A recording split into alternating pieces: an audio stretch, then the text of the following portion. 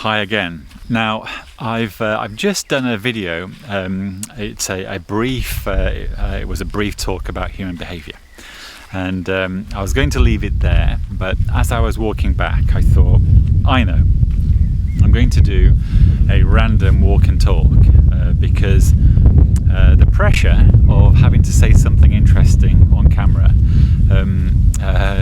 sometimes can bring out an interesting a dialogue, and I thought I would do that because I am feeling quite tired because it's very warm here. I'm being bitten by bugs, and I thought I'm going to put myself under pressure and see how I get on with a walk and talk, and I'm going to try and make it interesting. So here we go.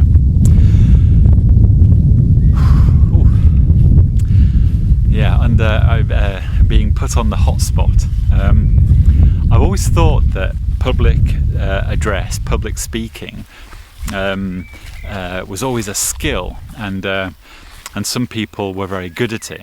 But what I learned is that anyone who's good at it is because they've practiced. And in actual fact, the ability is an awful lot of people, and you simply have to start somewhere, and you practice and you learn and you get better. In fact, years ago now, when I first came across Barack Obama, I thought to myself, that is probably one of the best deliveries of public address I've ever seen. I thought that guy, he can hold a stage, hold a group of people. He can talk to groups of people so effectively, so well.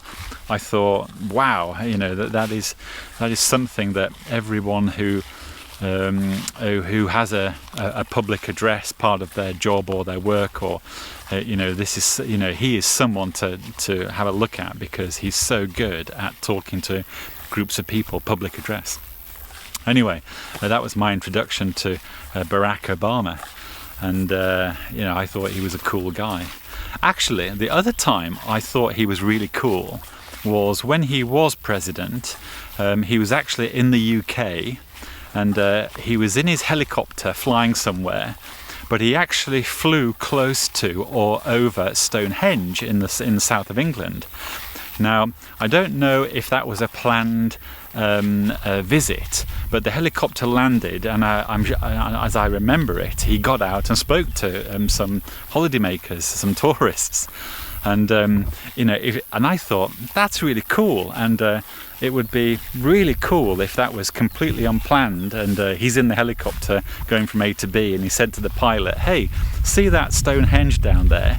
Can we land close to that, because I want to get out and have a walk around and say hello to people." And that's what he did, and I thought, that is totally cool. That is such a cool thing for a president to do, and I was really impressed. So Barack Obama, the two things I really like is, number one, his ability to speak to people, groups of people, on stage or whatever it is, public address. He is good at that, and his landing the helicopter at Stonehenge to speak to the general public. I thought that was cool. Right, so that's the introduction here. I'm chatting about Barack Obama, and I never thought that he would enter my mind, but so here we go. Okay, so this walk and talk, let's try another subject. Right, AI, artificial intelligence. Now, I have spoken about AI a number of times, and those videos are, if you go back, you'll find those videos. And AI is really, really interesting because, for me, it represents a technological event horizon.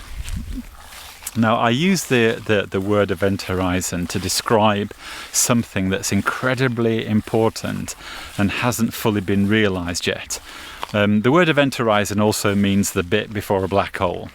And once you're in it, that's it, you're in trouble, you're getting sucked in. And and I use the phrase, the term event horizon to explain normally in a business context, in a technology business context, is once you pass a certain point, things tend to get sucked in, figuratively speaking. Something dramatic and big changes, or a big achievement is made that changes how things are done. It's world changing. And I really see AI as a world-changing event because of its potential. Now, for the last few years, I've met a lot of people and companies that have all used this strapline artificial intelligence, and they have artificial intelligence, and they provide artificial intelligence. And I've always thought to myself, no you don't. What you have is some very good and very clever machine learning that under scrutiny certainly looks like a synthetic intelligence or a Turing test intelligence, but when you actually dig into what it is and what it is that they've got, it's not really intelligence. It's a synthesized front of intelligence that we're calling in intelligence, but it's not really intelligence. Now, I suppose what I'm really meaning here is that it's definitions. The issue is definitions. What do we really call it? Because if we understand that artificial intelligence is machine learning and also this synthesized presentation of intelligence, if that's what the definition is, well then yes, it's fine, we can call everything artificial intelligence. But for me, artificial intelligence is really the creation of a non-human thing that can think and can do things without instruction from human beings. Now, if you think about it, straight away what I've just said takes you to films, feature films, and sci-fi, because this is great subject matter for science fiction. And all fiction, actually. Imagine you create a robot that can be your friend and has an opinion about stuff and walks and talks. In actual fact, that isn't far from reality right now, but it's the scope of the function of that robot that is the bit where you you arrive at barriers of the definition of artificial intelligence. And this is where I come down and say that is not artificial intelligence, because the thing doesn't really have a consciousness. What it has is a program running that's very sophisticated and can find information and can determine behavior and output based on what it's been programmed to do. But if the machine could actually think beyond the parameters of a human-based program, at that point, and it would be very hard to actually define, you'd have a consciousness that's beyond human control. Now, if that consciousness is beyond human control, there could be, huge ramifications, especially if it was more advanced than the scope and the ability of human beings. Because you wouldn't be able to predict the output. You wouldn't be able to predict the consequences of that artificial being thinking beyond human control. And I think I've mentioned it in other videos. I've offered an explanation, and I find it incredibly interesting because you've really got two subject matters. You have this very undefined discussion about consciousness and the meaning of life, what is life, and then you have a discussion about what technology can achieve, so a very pragmatic approach. What materials can be put together, what should this robot machine, artificial intelligence, look like if it's to have form, or should it just be a program inside a computer? And then, if this artificial intelligence has been created and you've decided that it lives in a computer, then what is the scope of its actuation? What can it access? What resources will it have access to? Can it move objects? Can it travel? Can it coordinate drones in the sky? Or do you put this artificial intelligence inside a body, inside a means in which to interact with its environment? And this is where sci-fi comes in. And so I watch a lot of sci-fi because, wow, is it interesting how directors and script writers have envisaged how AI might look inside a machine and how it might interact with human beings. And believe me, when you get into this wormhole, this black hole of discussion, and you start layering back all the parameters and the complexity of what you're really talking about, it does become very interesting, but in a very concerning, scary way, because you can't limit the scope of what it might do.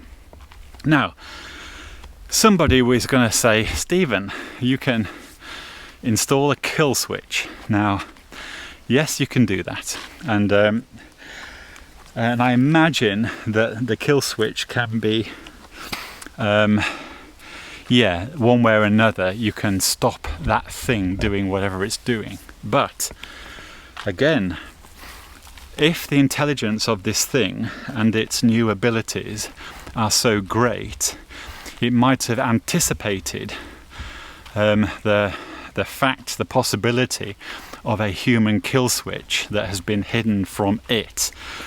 And because it has an awareness and it's already started to look for it, and it's more intelligent than humans, you can bet your bottom dollar it's going to find the kill switch and then circumvent it. Because using logic thought process, that is the only inevitable outcome of artificial intelligence that is more intelligent than human beings, in my opinion. So I wish I had artificial intelligence, and I hadn't decided to walk in this flipping forest where I'm getting eaten, I'm getting bitten and bitten alive. Bugs are... it's very difficult. I'll concentrate on robots taking over the world and see if that will stop me getting bitten. What a mistake. I'm going to get back and I'll be putting the bug bite thing on me. All over the place I've been bitten. Okay, I won't do that again in a rush. So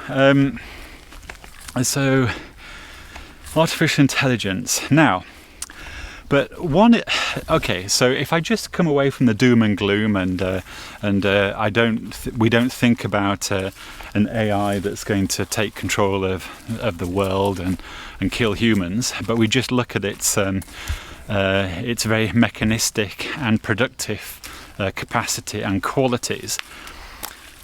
We will have, if we have artificial intelligence that is really clever and cleverer than human beings, we will have a thing that can solve problems. Like, what is the best number, what is a sustainable number of human beings on planet Earth to sustain indefinite sustainability, i.e., we're not ever going to dig too many resources out of the ground. We're not ever going to over-farm. We're not going to run out of food. We're not going to deplete our natural resources. So you could ask the artificial intelligence thing, what is that number? And I bet you they come to 2.5 billion people on planet Earth. That's my... Anyway, I've spoken about this in another video, actually. Anyway, so... Now, you could also say to it, hey, AI, I want you to analyze Tesla motors as much as possible, and I want you to determine a car that is more attractive, that's more economical, that's cheaper than all the Tesla models that exist. Off you go. And in theory, that AI should be able to receive that instruction and offer you an opinion. And it might take it 10 minutes, it might take it 10 seconds. And because this is the bit that we don't know. We don't know the scope of its ability, how fast it can think, and what information it will grasp, what technology it will be aware of, and how it will put things together. I'm going to turn around here. I was going to go down the where I've just come from, bugs and bite heaven, and I'm thinking I could go this way. That's a little longer, but I think I'm gonna have to go the way that I came because it's shorter, and I've already done it once, and so I'm gonna get bitten to pieces. But that'll teach me for walking this way. I had forgotten. So AI, we need to understand what form it's going to take. Is it going to be a software? Is it going to be a program inside a machine, and then we'll give it access to resources? Or is it going to be a machine with software inside it, and the machine will have 2 arms, 2 legs and a head like a human being, because that's very functional? Or will it be more like a dog? It will have 4 legs and a head. Or will it just have a body and limbs like an octopus? Because that also might be very functional.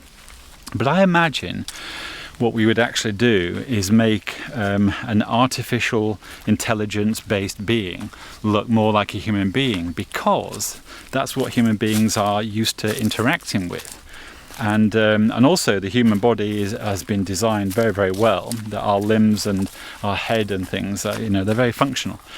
But you could put that artificial artificial intelligence inside any machine that you like, and the design of the machine would indicate what its application is. So the potential of real AI in the way that I'm talking about it is off the charts, because you could have an AI machine be a firefighter, be a policeman, be an engineer, be a pilot, be a housekeeper, be a nurse, be a doctor. Literally, if the scope of AI is unfathomable and is much greater than human intellect and intelligence right now, you would very quickly create a thing that can do all the work on planet Earth. So the jobs for human beings would very quickly diminish, and arguably you could end up with absolutely no jobs, because literally the AI intelligence inside the machine that man has built itself could have created humanoid things to do every job that a human being can do. So all human beings are left to do is literally exist and procreate. But I bet you the AI would take a view on that as well. So instantly human beings would be a thing on Earth, like pets, like cats and dogs, like birds. We would all be creatures just moving around on planet Earth doing stuff. Actually, I've just said doing stuff. Doing is actually a meaning of life, and I've spoken about that in another video. Actually doing is I've offered it as an explanation of the meaning of life. It's very deconstructed, but I believe that the meaning of life is doing, and I don't know how healthy that is for me to see myself as a thing that does stuff, and that's the meaning of life, because that might be an unhealthy view to take. But the way I looked at the meaning of life, that was how I deconstructed a meaning, and that's what I arrived at. Literally, the meaning of life is doing. But anyway, back to this artificial intelligence that is humanoid, or it is a combination of forms. If its intelligence excels human capacity, it will make decisions on behalf of us, but one of the things it could do, very plausible it would do, is it would remove all labour-intensive jobs. In fact, it would remove all jobs. And it might actually install itself as the government or the governing thing. And to make everyone do as it says, it would take control of all the military and the police force. That's if it's disabled the kill switch. Anyway, I'm sort of rambling here, but I think the point that I'm making is the scope of AI is very it's very interesting, because it does need to be defined. And right now, in the AI world, we are very close to these event horizons that will significantly impact and change computers and how computers work, and how we use machine learning, and what machines are, the capacity and what a machine might be able to do in the future. So it's an incredibly big thing, and the implications of it are massive, are absolutely massive. Now, actually, all that might be true, but in actual fact, we're not able to create this real artificial intelligence. What we might end up doing is simply continuing to make machine learning better and better. So that would be a very controlled, mechanistic projection into the near future. But that is what we have right now anyway. Machine learning will get better. The way that we handle data, the way that we use data will become more efficient and effective. And we're going to build machines that are more productive. But what I'm saying there is actually what we have today. And it will get better. So my prediction there is highly accurate, because that's inevitable anyway. And this will happen irrespective or not that we actually create a real artificial intelligence that has the capacity and ability to extend its thinking ability, its ability to problem solve, that is greater than human beings. So that's what I'm saying. Now, I think at that I'm going to say ciao. Number one, because I'm bitten and I'm aching, and I feel like I need to throw myself into a jar of local anaesthetic, and to stop all the bites, and absolutely bitten to pieces I am. That will teach me. And ouch. So on this very insect biting day, we've discussed Barack Obama and artificial intelligence. I hope I've said something at least half interesting, and if you're using this video to put yourself to sleep at night, I hope you have a very good night's sleep. I hope you are well, and I will say hello again soon. Okay, goodbye for now. Goodbye for now.